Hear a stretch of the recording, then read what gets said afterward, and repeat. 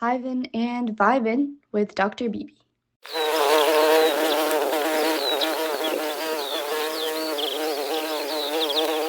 Welcome back to Hivin and Vibin with Dr. Bibi.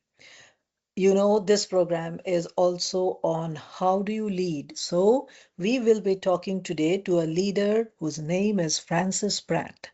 Frances Pratt is an award-winning Australian sales strategist, speaker, and author of More Sales, Less Marketing: How to Take the Yuck Out of Selling. Known as the Connection Catalyst, she helps business owners and teams sell with confidence, authenticity, and heart. Through her company, Metisan, Frances transforms the way people think about sales, turning fear into curiosity and conversations into clients. With 27 years of experience across IT, education, and professional services, she champions a more human approach to business growth, one built on empathy, insight, and purpose. There is so much here that we need to discuss, Frances. Thank you so much, Vanya. I'm so excited to be unpacking this with you. I know that this conversation is going to be fun and insightful for people. The fun, I leave it to the audience to decide, but I will definitely start by asking you, how did you choose the name Metisan for your company? Oh, that's a good question. So I was, I don't know where to start. So um, I had decided to start my own business and I was madly looking for a name for it. And I literally had a book that I'd been writing in, and there were pages and pages of ideas. And everybody I spoke to, I said, I'm starting a company. What should I call it? What should I call it? And I had literally like 6 or 7 pages just covered in notes. Anyway, and then someone, and I can't now remember who it was, said to me, Fran, you love Greek mythology. Why don't you look at something in Greek mythology? And I thought, I do love Greek mythology. So I went and had a look for names and people in Greek mythology that I could use, and I found Metis. So Metis is the Greek muse of wisdom and good counsel. And I figured if an artisan can do art, then a metisan can do metis. So that's how I came up with it. Okay, so you actually coined a new word. Yes. Fantastic. And when did this happen? Oh, 15, 16 years ago, something like that. Okay, so before that, what were you doing? Before that, I was working for an IT company that I was part owner of, and I was the head of sales for them. And what made you come out of that company and start this one? That's another good story. So this company was turning over about $6 million in sales, and we had one client who was worth about a third, $2 million a year, and we decided to sack them. And yes, that's what they said. You could have heard a pin drop when we told the CIO that we were sacking them as a client. Anyway, the reasons were good. We had been doing a lot of work on our strategy and where we wanted to take the company, and they were drawing us away from that. And so it was a good decision, hard, but good. And so in the process of sacking them as a client, obviously, if you take out $2 million in revenue, some things have got to change inside the organization as well. So we went through a process where we started with our clients that were left and thought about how do we support them and then how do we grow. And in that process, I really made myself redundant.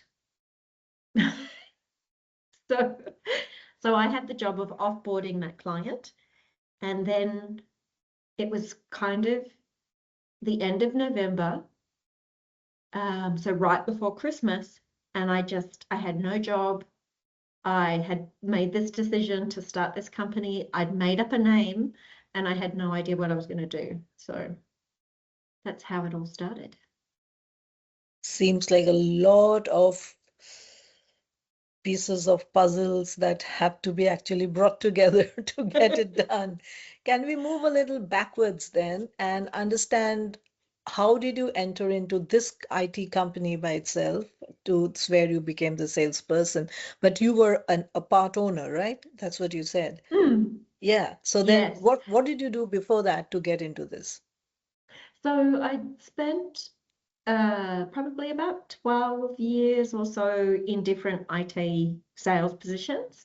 So I had established sales teams, I'd run sales teams, I'd been the top performing salesperson, and then I'd moved on once I'd kind of done what I needed to do in a place. And so I was in a situation where I wasn't really, I was finishing one job, or I decided to move on, but I didn't really know what I wanted to do. And I was a bit bold, I suppose, because I had all this experience behind me. So someone approached me about coming and running their sales team.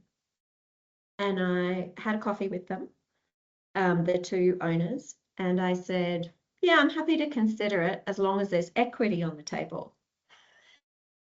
This was in our first meeting. So they were a bit surprised at that. And we worked together for a bit before we worked on the equity deal. But I suppose the reason I did that was that I was kind of sick of just being a salesperson, if that makes sense. And I wanted to put some of my other business skills and strategy skills to the test. Yeah, that's what the moment you said that, you were bored, I was thinking maybe she was looking for strategy, and there you answered it. How lovely is that? So, what made you decide, when did the coin drop that you were made for sales? I feel like I'm just going to say that's an interesting story. I probably didn't realize for a long time, but it's one of those things that you reflect on and you remember things from your childhood. So there's two things I'll tell you. One is, well, there's probably many more, but the two that I'll share with you for now is, I come from a family of deep nerd introverts, I call them, with love. And I am not an introvert. And I'm very social. So most of my siblings, or all of my siblings and my mum and dad, are pretty happy on their own reading a book or doing whatever. And I have to be out and about talking to people. So that was one thing. And then I'm a twin, and my twin sister, when we were about 12, said to me, Brian, you're really dangerous, which I thought was so exciting.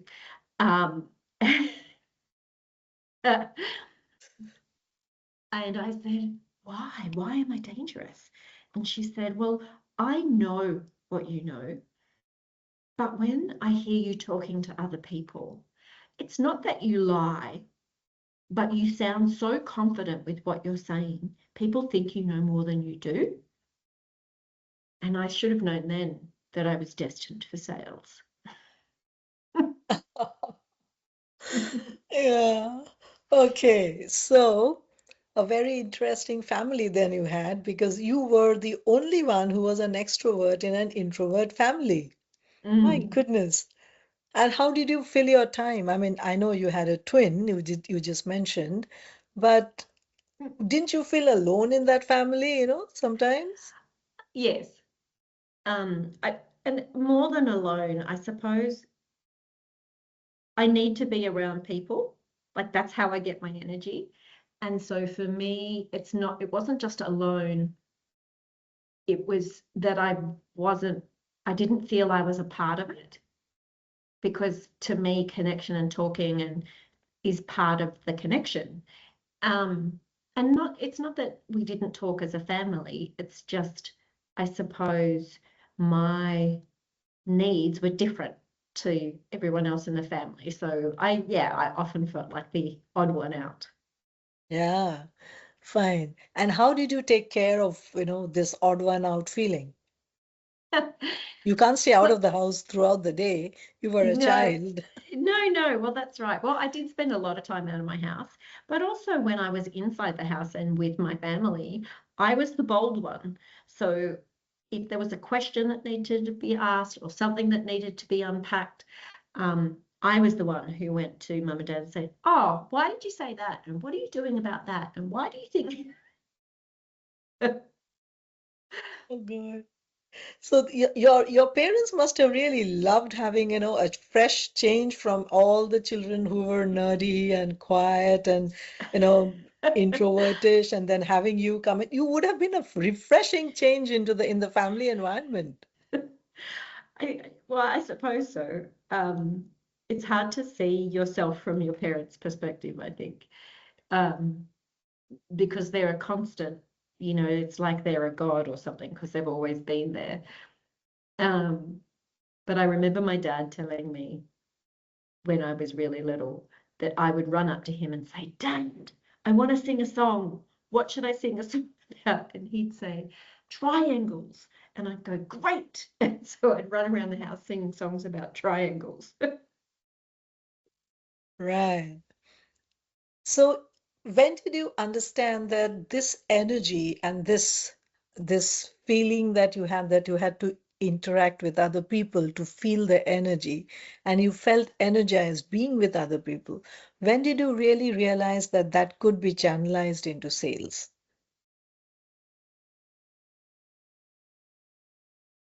Oh, that's a hard question. I was always good at talking to people, and I was always, because I was, my twin and I, we had three older brothers, so we're the youngest of five. So you get very good at influencing other people because that's the only power you have when you're the youngest. So I practiced that a lot in my family, and I probably don't necessarily think that I recognized that that was selling or that that made me good at sales. I was pretty, and still am, like willing to try things and take risks. So, they do talk about women not applying for jobs when they don't have all the qualifications. That's not me. I wing it. So maybe I'm perhaps a bit more masculine on that front. But I just give it a go. And what's the worst that can happen? Um, and that's what happened when I got my first sales job, because I'd applied for this job and I hadn't half the qualifications they'd asked for. But I got it. And so that kind of started my experience. And I suppose because I've always experienced the world like that in real life, in real time, that was just another avenue to try the same thing.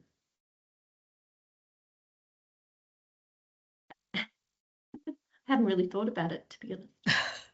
Because I am thinking about it. Why I asked you that question is leading to the Mm, next question as to you've mentioned how you transform the way people think about sales, turning fear into curiosity. yes. So how do you do that? Well, I have a goal in life, and I want to teach the world how to sell in a way that's harmonious and beautiful and wonderful. And I I think the first and most important thing is that there's a real reason that people hate selling. And that's because they've disconnected it with the clients that they love to work with, with the service that they provide, with the value. And instead of those beautiful things, they've replaced it with this idea of being pushy, icky, snappy, self-orientated. And it's not those things. And so because we have this mindset that we don't want to be like that, we don't want to be like the used car salesman, we become timid and limp, and we don't ask, and we don't want to be seen as being pushy or salesy. And so instead, we become nothing. We don't ask. We don't tell people about the value that we can provide. We don't try and think about how we might be able to help the person who's sitting in front of us in a way that they want to buy from us. And so people miss out, people give up. And it makes me so sad that there's all this beautiful potential in the world for people to help and to grow and to flourish.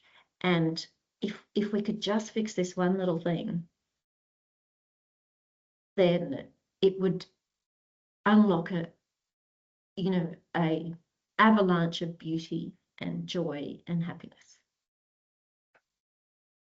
You use the word fear, turning fear.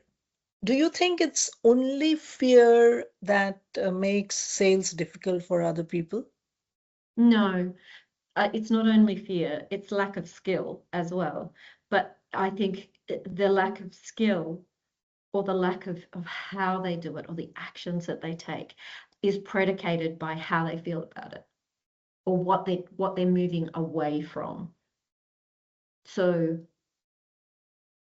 if we can replace those ideas of being icky and pushy and snappy, and instead we think about selling as being a thing of grace and beauty and offering and options and choices, then that changes how we do it. Then we do it in a way that is self-honoring and honoring of our clients and honoring of the process. And great selling isn't about selling. It's about helping the person who's sitting in front of you make a beautiful, great decision for them, whether that's yes or no. They say that for the best kind of selling is when you are not selling, but actually educating. The more you educate a person about the product or the service or the whatever you're offering, the sales will happen automatically. Does that really Yes. work? It can, but it can also be a trap. So sometimes when we think about the word education, and particularly for us older folks that went to school, the old world of education was that we had an expert up the front that was pouring all the information into all the heads that were just there to sop it up. The new world of education is actually a shared voice.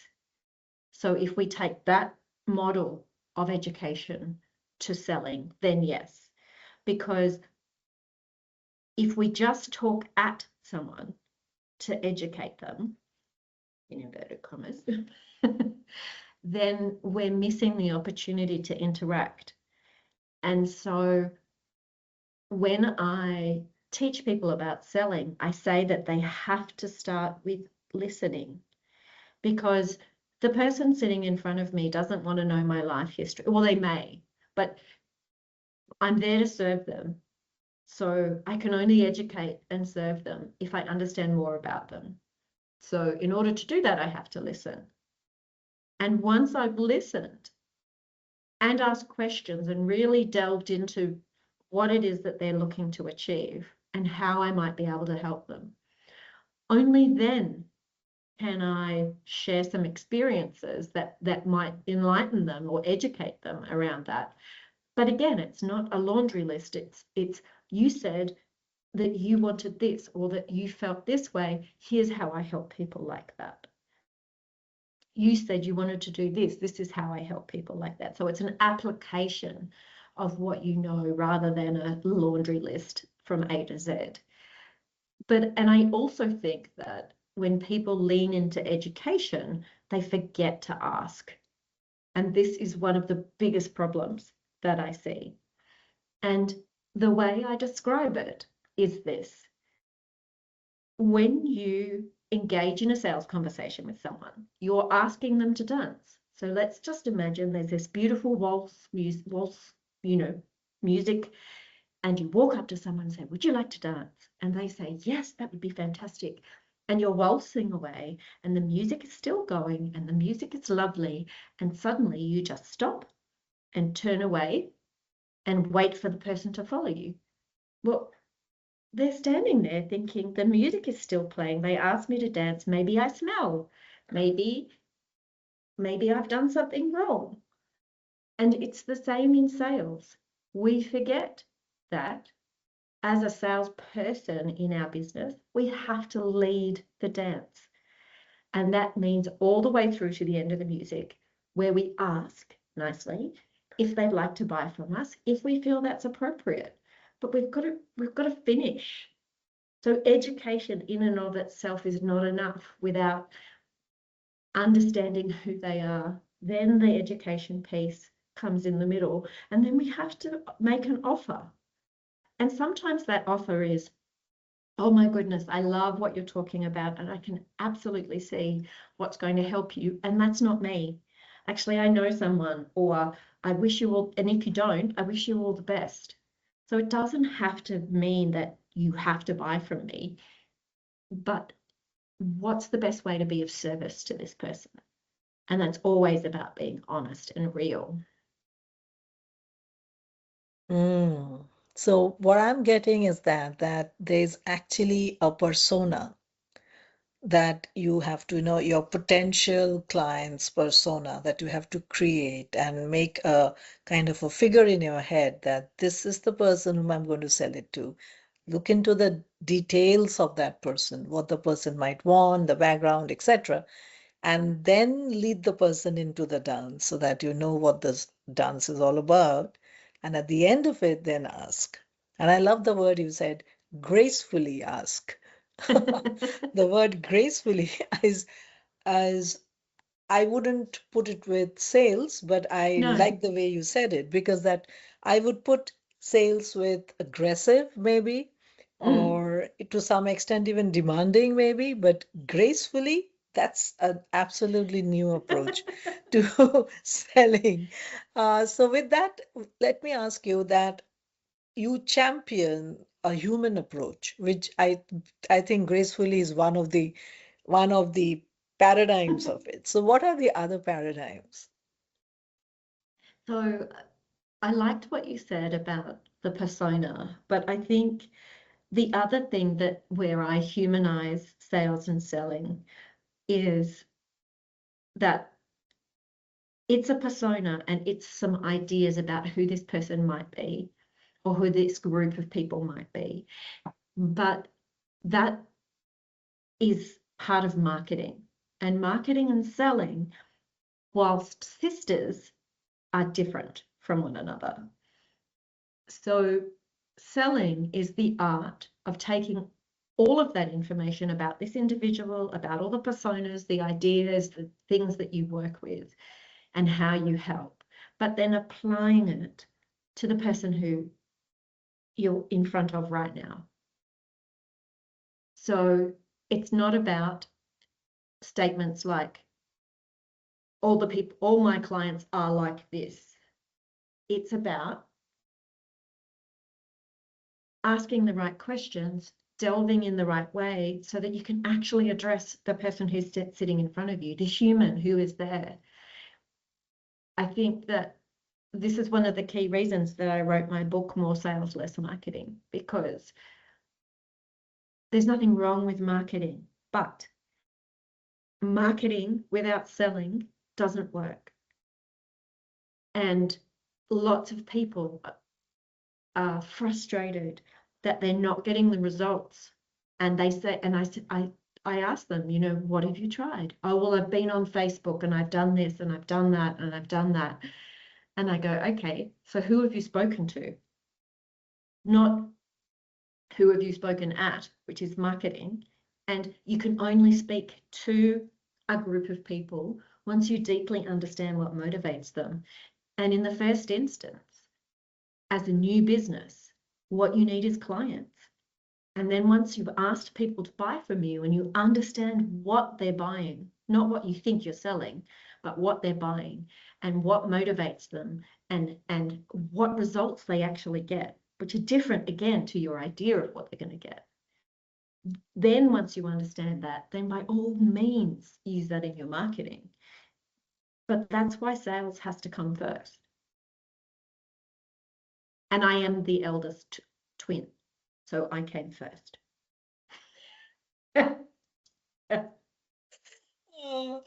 Okay, so the question, okay, let me put it this way. So there's branding, there's marketing, there's selling. And you need all these three to successfully get revenues for an organization. So which comes first? Sales. Okay, all right. And how will a person sell if the brand is not known? Or if the products of that, features, whatever, is not But it's got known? to, exactly, but it has to start somewhere, doesn't it? So when you create a company or an idea or a fiction, it's a hypothesis. It's like saying to a scientist, tell me the results of your experiments before you run them. They can't.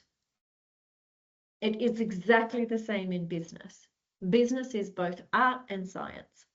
And so the science element very much comes in that selling. So I want to know, here's my hypothesis. I reckon that people have this problem and that they will pay for this type of solution because that will help them. That's a hypothesis. It's completely untested. There's no point building a website, going on Facebook, any of that until you've verified that there are people out there that have that problem. I often say to people, you could build the most beautiful mousetrap in the world, but then if everyone's got a cockroach problem, you've got no market. So instead, what I want you to do is have nothing. Go low tech. Grab a piece of paper, write down your hypothesis, write down 3 people to go and talk to about that hypothesis that you think might have that problem, and ask them, hey, and this is exactly what I did when I started my business 15 years ago. So I said, hey, I think, this is where I think I'm good. This is what I think I can do. Is there anything you think I could help you with? And they go, oh, yeah, you could help me with this. And I go, oh, yeah, okay. So I had a bit of a go at that. And some things I didn't like doing, I was good at, but I didn't enjoy. Or I did enjoy, but I wasn't very good at it until I came back to selling, which is what I love doing and I'm really good at it. And so that's when you get to create the business around the customer. And this is the new book that I'm working on,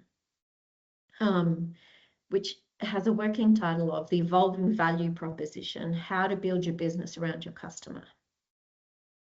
Because the biggest problem I see in businesses, both new and old, is they forget to understand the value that they provide and how to continue that value or grow that value or understand it better or understand how it changes, because it changes. Everybody changes over time. It's chaos theory. So I want people to delve into what that value proposition is again and again and again and again. Yeah.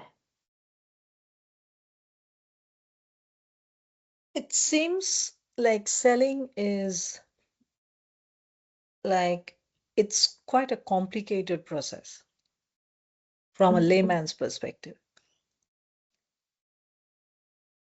What is the psychology behind selling. Oh, have you got another hour? So, We'll try. so I think that it's actually not that complex. It's the thing that makes it complex is ego and assumptions. So instead, if we approach selling with wisdom and curiosity, then we have a hypothesis. We go and test that. And the whole time, what we want to do is think about what is motivating this person? What problem do they have? Why do they have that problem? Is that something that I can help them with? And so it is service. It's an act of service, not of manipulation or, and there's lots of psychology underneath what's going on. But those tools are only useful if you have something that's useful to the person who's sitting in front of you. And the idea isn't to trick them into buying from you. It's actually to lay out the path and see whether they want to take that journey. In my book, I use the analogy of the Wizard of Oz. So I say to people that your client is Dorothy. She's scared.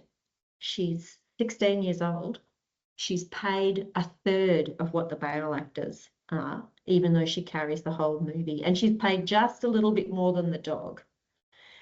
And she's gone from black and white into Technicolor. She's been through a storm. She's run away from home. She's hit her head, all of these things. So she's frightened.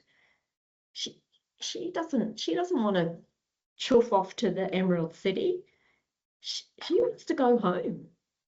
And so this is our client. Our client is young and vulnerable and unversed in our land.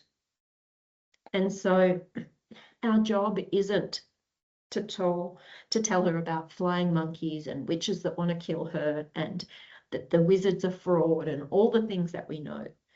Our job is just to get her off the porch and then to introduce her to the people of Oz and then to introduce her just to the idea of the yellow brick road and then to allow her journey. Because if we don't allow Dorothy the journey, there is no movie. And that's what selling is. Selling is being gracious enough to allow other people the journey. But I think people make it complex because they want to push people different ways. Well, that's not what it's about. It's actually about having 4 or 5 simple steps, telling people that's what you're going to do. We're going to sing a song with the little people and we're going to skip down the yellow brick road. It actually is much more simple than people make it.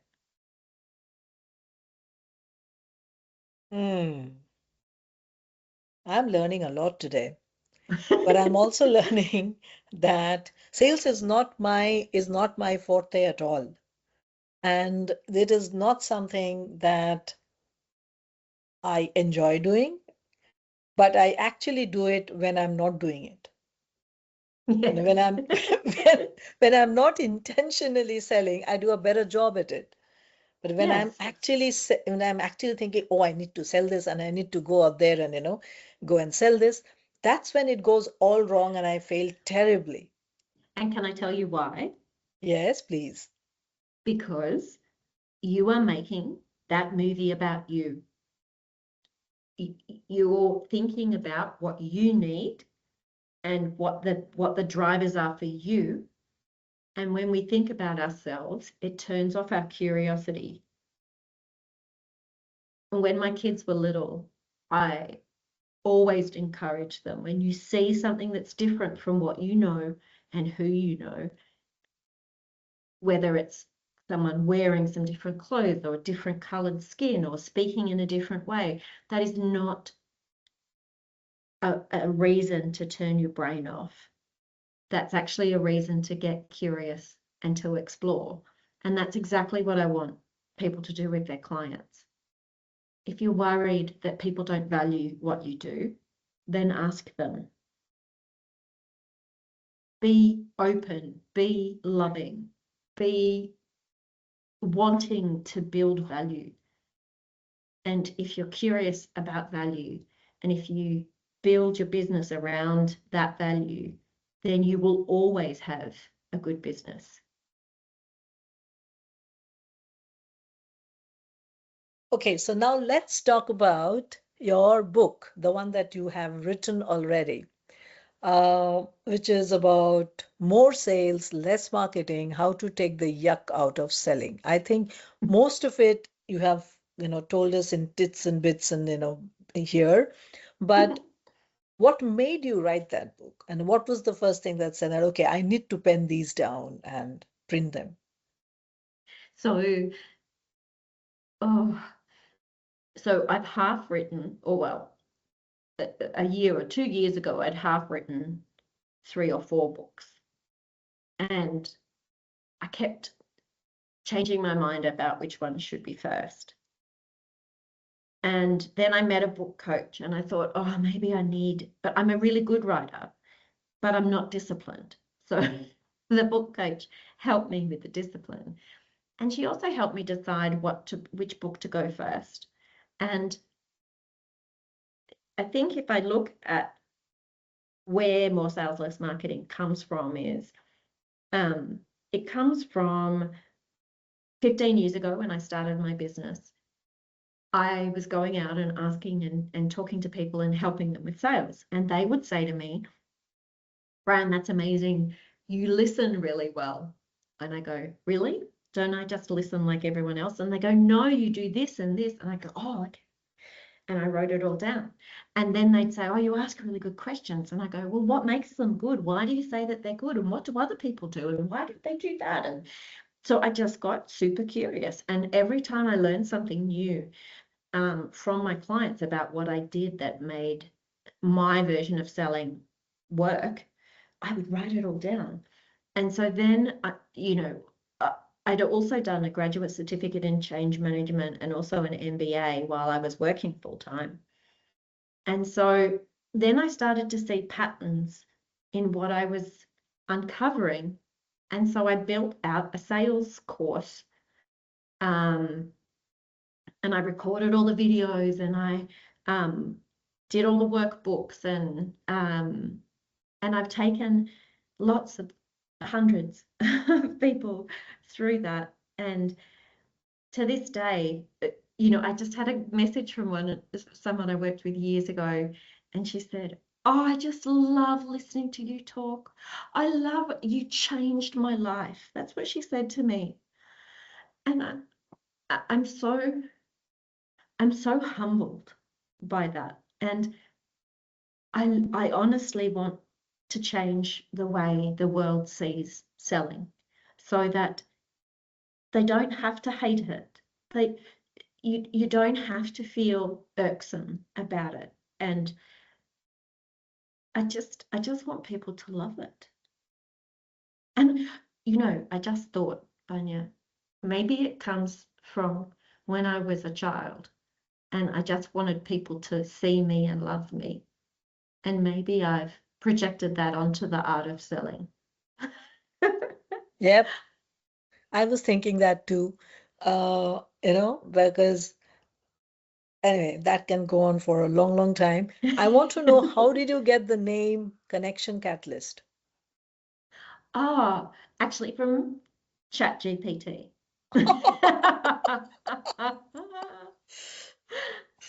Yeah. So, but I am a catalyst. I do go in and stir things up and people up, and I do create change. I've always been like that. So I've probably thought about myself as a catalyst before, but maybe not a connection catalyst. Although my mum, I remember when I was 18 or 19, my grandma passed away, and I stayed with my mum to help her clean out the house and do all the things. Anyway, it was just her and I. And she said, Fran, she said, you're the ultimate icebreaker. She said, I can put you in a room with 10 different people who don't know one another, and you'll get everyone talking. So I suppose I kind of knew that I had that talent.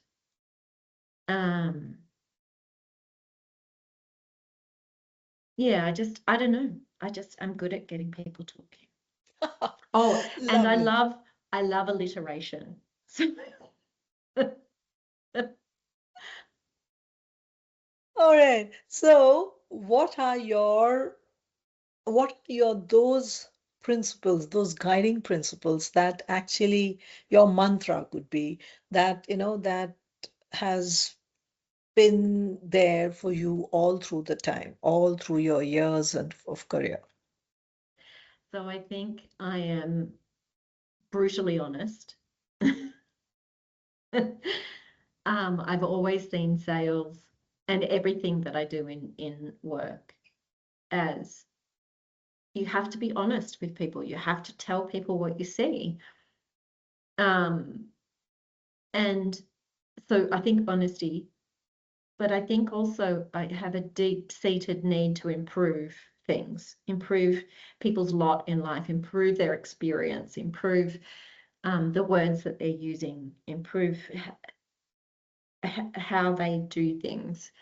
So that's the second thing, I think. And I think the third thing, which is kind of the catalyst part, is just a deep-seated, genuine love of people and curiosity into what makes people tick. I love people. I love all of the colors of the rainbow, all of the things that make people up. And that's not true. I do my very, very best and am very well practiced at not assuming that I know what people are doing and thinking and feeling. And so I always open it up, that as a question. What do you do when you face challenges? Oh, cry.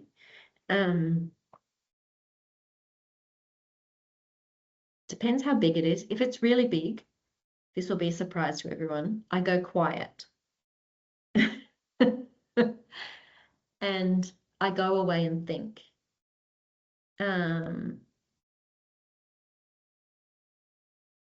I have a very strong faith in God, and so I often start my day, I try to start every day reading something from the Bible or reflecting on something, and then I try to take that through my day. I try to be, I don't know, a good role model for my kids and my community.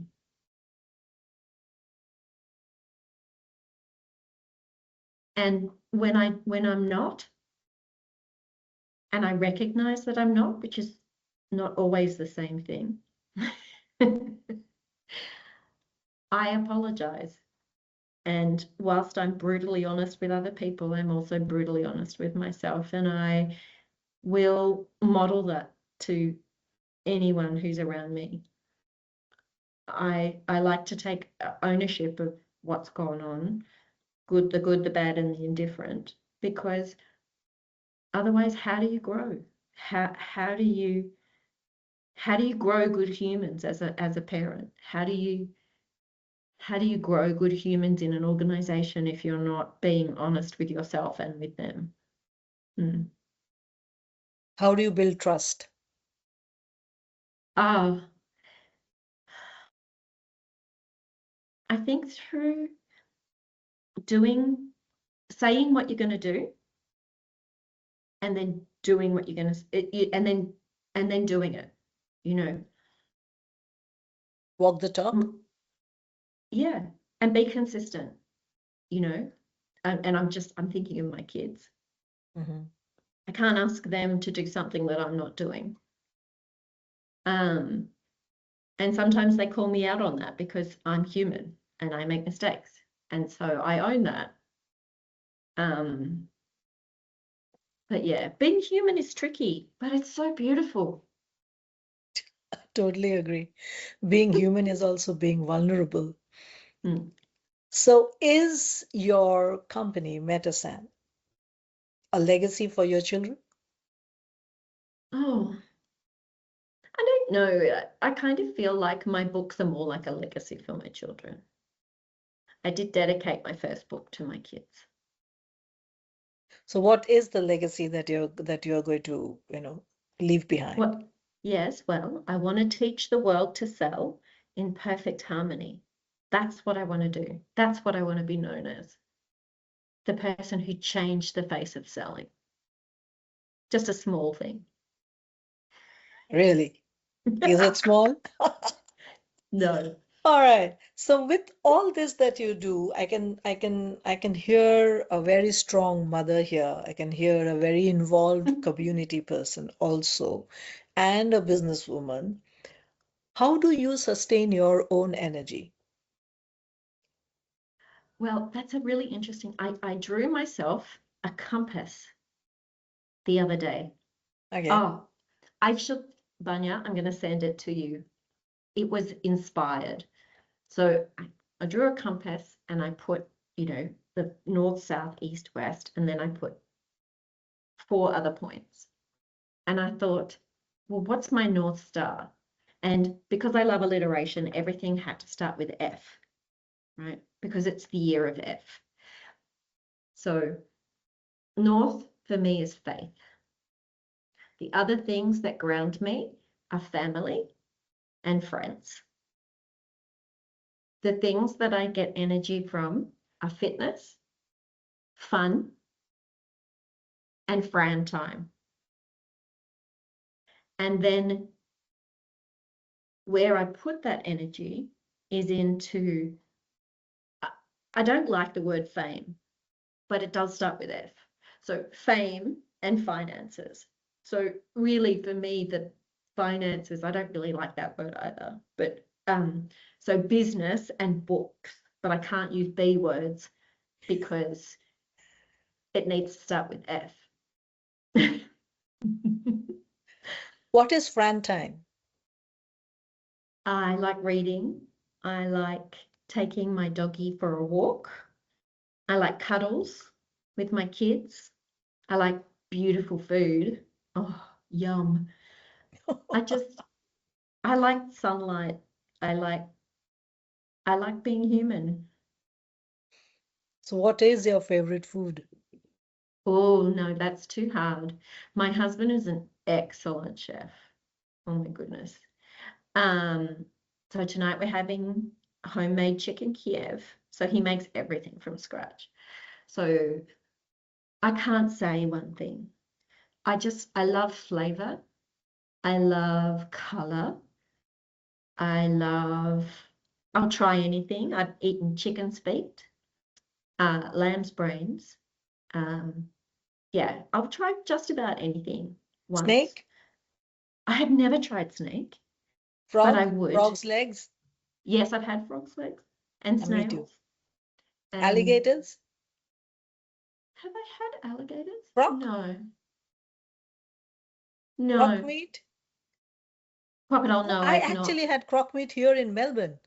Ah, and was it Yeah, yummy? we had a white night. At that time, we used to have white nights here in Melbourne, and they used to put up stalls. So one stall actually came up with croc bites, and there were little cubes of croc meat. It's very nice to eat. Nothing very different from chicken, I think. I know Uh, a, everyone says that. It just tastes like chicken. a little dry chicken, maybe, but chicken. Uh, but Yeah, I've also yeah, eaten frog's legs, and they're also like chicken, nothing much different. yeah. And I just think food is about community and it's about sharing and enjoying. So, yeah. We are drawing to an end now, and what I would like to know is how would you like my audience and my listeners to get in touch with you? So, thank you, Banya. I'm pretty active on LinkedIn, so you can always find me there. please connect with me or follow me or whatever. I think the thing that I'm really focusing my energy into, other than writing my books, is my Accelerate Sales Hub, which is a Yes. membership that I created in June. And I'm just loving going in and serving those people. And it's the vehicle that I'm trying to expand to get more people involved and understand the intricacies. But the intricacy, I was just going to say the intricacies of selling, but once you understand all the intricacies, the actual doing is easy. It's a bit like, you wouldn't want to know how they make croissant with all that layers and layers and layers and layers of butter, but eating it, that's easy. Okay. So yeah, I was going to ask you before ending up a little bit more on what this program would actually have. I mean, so you would have members in the program, I understand. And then Yes. what do they do there? Okay, so every month we have a theme. And in the first week of the month, I deliver a masterclass, and it's live coaching once a week. So the first one is a masterclass. And so this month we've been focusing on listening, all the things to do with listening, how to be better at listening, and what are you listening for, and what stops you listening, and how do you listen better, and all of those things. And so in the second week, the coaching is about a Q&A. So what have people tried? What have they discovered? And the third week is also about challenging people to try different things. And then in the last week, what I'm particularly interested in is what tools and things do they need to put in place in order to remember to do this? Because learning a new skill only is embedded through use.